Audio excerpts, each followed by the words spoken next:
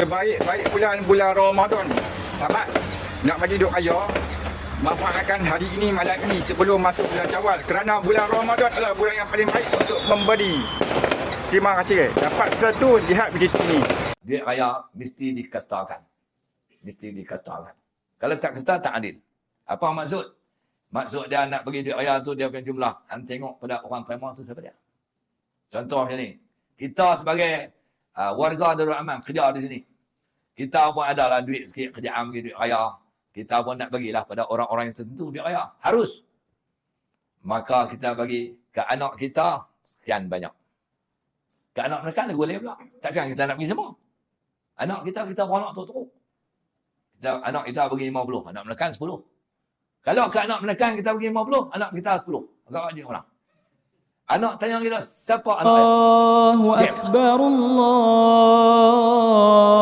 Akbar.